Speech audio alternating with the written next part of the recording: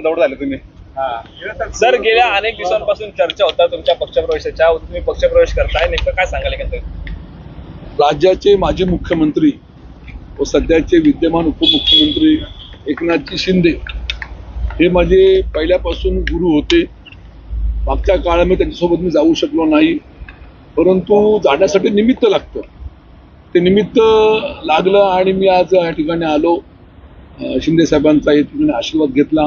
आजच्या ह्या बैठकीमध्ये माझ्या जिल्ह्याचे पालकमंत्री उदयजी सामंत, विद्यमान आमदार किरण सामंत आम्ही एकत्र बसलो। आमच्या मतदारसंघासंबंधी, जिल्ह्यासंबंधीच्या ज्या आवश्यक ज्या चर्चा होत्या त्या ठिकाणी झाल्या आणि सर्व चर्चा ह्या सकारात्मक झालेल्या आहेत आणि त्यामुळे अत्यंत मला वाटतं सामंत बंधू सुद्धा आणि मी सुद्धा अत्यंत समाधानी आहे।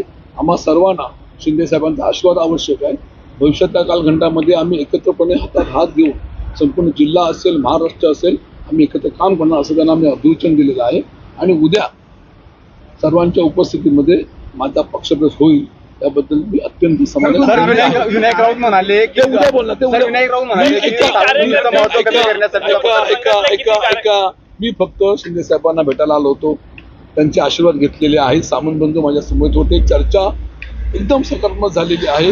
राजन साहेबांना कुठं मान सन्मान द्यायचा, कसं द्यायचं हे सर्व जबाबदारी शिंदे साहेबांनी घेतलेली आहे। अजिबात काळजी करू नका, जे काय बोलायचं आहे त्यामुळे उद्या बोलू।